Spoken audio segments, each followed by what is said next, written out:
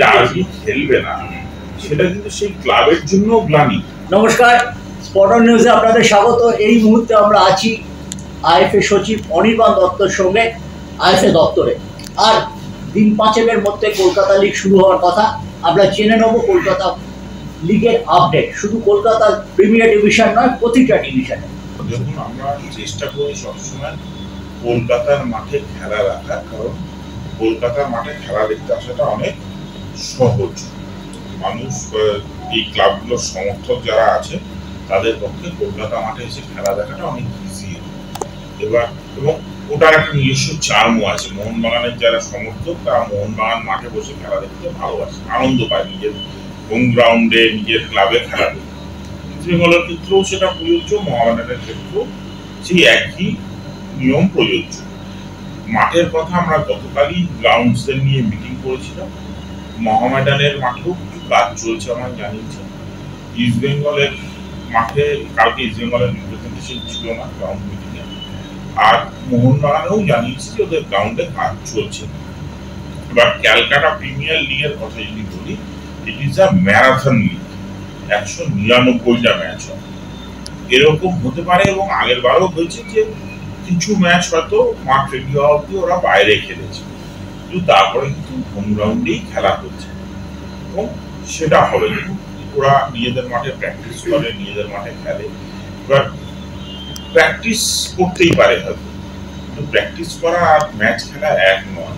সমর্থকদের এসে প্র্যাকটিস দেখা, এবং এখন তো অনেক প্র্যাকটিস ক্লোজ ডোরও হয়, কোচের উপর ডিপেন্ড করে, সেটা পাওয়া আর একটা ম্যাচের উত্তেজনা, ম্যাচের আনন্দ, দুটো এক নয়। আমি বিশ্বাস করি যে এই তিনটে ক্লাব মূলত যাদের কথা হচ্ছে, এরা সমর্থক ভিত্তিক ক্লাব।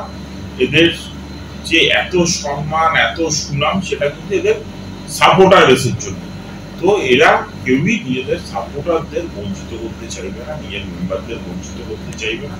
তারা যাতে ঘরের মাঠে নিজেদের খেলা দেখার আনন্দ পায়, তারা নিশ্চয়ই সেটার জন্য যা যাবতীয় দরকার আছে সেটা করবে। আর মাঠ প্রিপেয়ার করছেন, আশা করছি কিছুদিনে প্রিপেয়ার হয়ে যাবে, তখন কলকাতা মাঠে খেলা শুরু হবে। ফুটবল সিজনে ফুটবলের মাঠ তৈরি হচ্ছে, সেটাই তো স্বাভাবিক। অনেক সময় হকি রোল করে মাঠ নিজেদের মতন করে নেয়, হকি মাঠ ঘিরে নেয়, যেরকম ভাবে ওদের ওই ছোট নেট পড়ে মাঠের চারদিকে, তো সেইভাবেই হয় যে সিজনে যে খেলাটা হওয়ার কথা। এবং এখন তো মোহনবাগান, মোহামেডান সবাই হকি খেলছে না। এখানে প্রশ্ন আছে, হকি তো 10ই মে থেকে এই মাঠগুলো আবার হকির কাছ থেকে ফুটবলের কাছে ফিরে আসে, তো কাজটা শুরু হচ্ছে এই জুনের 3 উইকে। এই জায়গাটার কথা বোধহয় সন্দীপ বলতে চাইছে। মাঠ করতে চাইলে তাদের মাঠ দেখতে হয়, রেডি করতে হয়। তো আমরা আলোচনা করছি, আমরা আশা করছি হয়তো আগামী দিন থেকে এই প্রবলেমটা থাকবে না। আরেকটু আগে যদি করা যায়, হকিরও লিগ শেষ হওয়ার ব্যাপার থাকে, ওদের নিজেদের টিমের প্র্যাকটিস থাকে, তো কিছুটা তো আমাদেরও কোঅপারেট করতে হবে যাতে ক্লাবগুলো সুস্থভাবে কাজ করতে পারে। সবকিছু তো গায়ের জোরে হতে পারে না। আমি আশাবাদী যে সিংহভাগ ম্যাচই এরা নিজেদের হোম গ্রাউন্ডে খেলবে এবং মানুষ খেলা দেখে আনন্দ পাবে। আমি বিশ্বাস করি যারা এই ক্লাবগুলো করে, ইস্ট বেঙ্গল, মোহনবাগান, মোহামেডান, তারা তো তাদেরই মেম্বারদের, সমর্থকদের প্রতিনিধি। তারা ইচ্ছা করে কেউ নিজেদের সমর্থকদের বা নিজেদের মেম্বারদেরকে ডিপ্রাইভ করবে না ঘরের মাঠে খেলা দেখে। আমি আপনার এই বিষয়ে এটা কি ভুলেই আসছি। এবার মোহনবাগানের কলকাতা লিগ বাদ দিলে এই সময়টায় খেলা আছে, ডুরান্ড কাপ আছে, তারপর এসিএল খেলবে, তারপর আইএসএল আছে, এগুলো আছে। মোহনবাগান বারবার একটা লজিক দেখা যায় যে একদলা টুর্নামেন্ট, সেখানে কলকাতা লিগে আমরা দল নামাতে পারছি না। এবং মোহনবাগান কলকাতা লিগের জন্য কিন্তু প্র্যাকটিস শুরু করেছে, এমন নয় যে শুরু করেনি, কিন্তু তারা যদি একাধিক কারণ দেখিয়ে এই টুর্নামেন্টটা না খেলে বা টুর্নামেন্টটা খেললেও গতবারের মতো যদি ডার্বি বয়কট করে, সেক্ষেত্রে আইএফএ এর কি ভূমিকা হবে? IFA is guided by a constitution. আমাদের যে কনস্টিটিউশন আছে, যা নিয়ম আছে, সেখানে কিন্তু ডিফাইন করা আছে যে কি না হলে বা কোনো নিয়ম ভঙ্গ হলে তার কি অ্যাকশন হওয়া উচিত। সিংহভাগ ক্ষেত্রে, একটা দুটো ক্ষেত্রে না থাকতে পারে, কিন্তু সিংহভাগ ক্ষেত্রে সেটা আছে। আর state league is mandatory to retain state affiliation.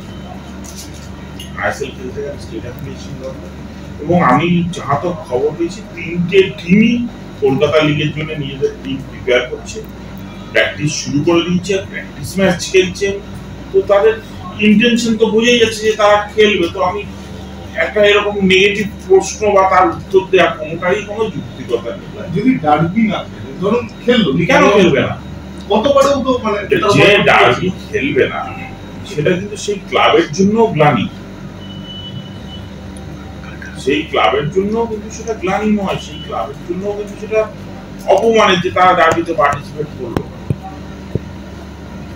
কারণ এই যে যতগুলো টুর্নামেন্ট আপনি বললেন তার সব থেকে বড় ম্যাচটা হলো ডার্বি। আমরা চিরকালই ইস্টবেঙ্গল, মোহনবাগান, মোহামেডান এদের একে অপরের প্রতিদ্বন্দ্বী হিসেবে দেখে এসেছি। সেখানে না খেলা মানে তো প্রতিদ্বন্দ্বিতায় না নামা। তো যে পিছিয়ে যাবে লড়াই থেকে, সেটা তো সেই ক্লাবের জন্য সম্মানের নয় না।